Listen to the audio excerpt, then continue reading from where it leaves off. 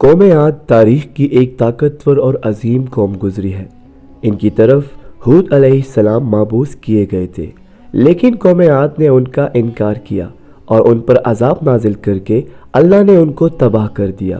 قوم عاد ارم نام کی بستی کے رہنے والے تھے، اس لیے انہیں عاد ارم بھی کہا جاتا تھا۔ یہ علاقہ عدن کے گرد و نواح میں واقع تھا۔ یہ لوگ بہت ہی لمبے قد اور طاقتور تھے۔ اپنی طاقت اور قوت کے بل سے یہ لوگ بہت جلد یمن پر قابض ہو گئے۔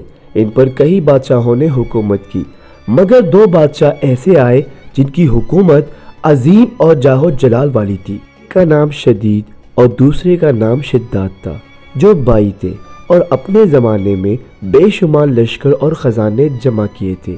ان کی کل حکومت عمان، یمن، عدن اور شمالی عرب کے علاقوں پر تھی۔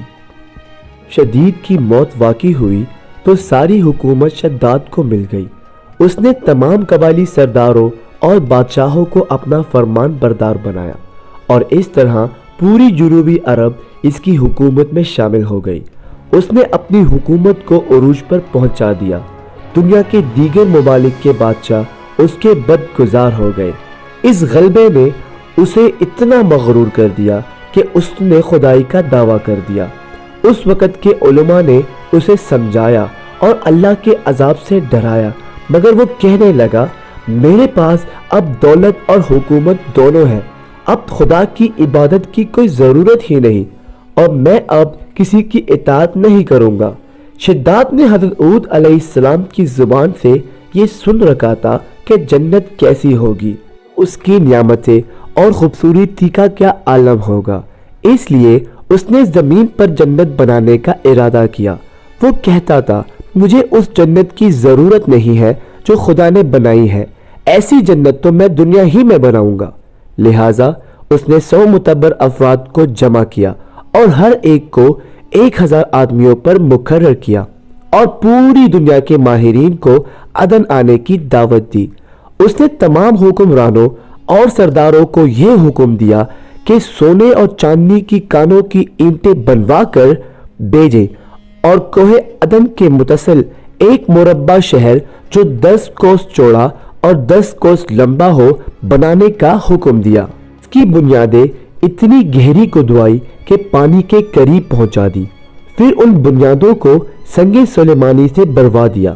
جب بنیادیں زمین کے برابر ہو گئی تو اس پر سونے چاندی کے اینٹوں کی دیواریں چنی گئی۔ ان دیوار کی بلندی اس زمانے کے گز کے حساب سے 100 گز مقرر کی گئی۔ جب سورج نکلتا اس کی چمک سے دیوار پر نگاہ نہیں ٹھہرتی تھی۔ یوں شہر کی 4 دیواری بنائی گئی۔ اس کے بعد 4 دیواری کے اندر 1000 محل تعمیر کیے گئے۔ ہر محل 1000 ستون والا تھا اور ہر ستون جواہرات سے جراؤ کیا ہوا تھا۔ پھر شہر کے درمیان میں ایک نہر بنوائی گئی اور ہر محل میں اس نہر سے چھوٹی چھوٹی نہریں لے جائی گئی۔ ہر محل میں حوض اور فوارے بنائے گئے۔ ان نہروں کی دیواریں فرش یاقوت، مرجان اور نیلم سے سجائی گئی۔ نہروں کے کناروں پر ایسے درخت بنائے گئے جن کی جڑیں سونے کی، شاخیں اور پتے زمرود کے تھے۔ ان کے پل موتی اور یاقوت اور دوسرے جواہرات کے بنوا کر ٹانگ دیے گئے۔ شہر کی دکانوں اور دیواروں کو مشک و زعفران اور عنبر اور گلاب سے سیتل کیا گیا۔ یاقوت اور جواہرات کے خوبصورت پرندے چاندی کی اینٹوں پر بنوائے گئے، جن پر پہرے دار اپنی اپنی باری پر آ کر پہرا کے لیے بیٹھتے تھے۔ جب تعمیر مکمل ہوئی تو حکم دیا گیا کہ سارے شہر میں ریشم کے قالین بچھا دیے جائے۔ پھر نہروں میں سے کسی کے اندر میٹھا پانی، کسی میں شراب، کسی میں دودھ اور کسی میں شہد جاری کر دیا گیا۔ روایتوں میں آتا ہے کہ اس جنت کو بنانے میں 300 سال لگ گئے اور شداد کی عمر 900 سال کے قریب تھی۔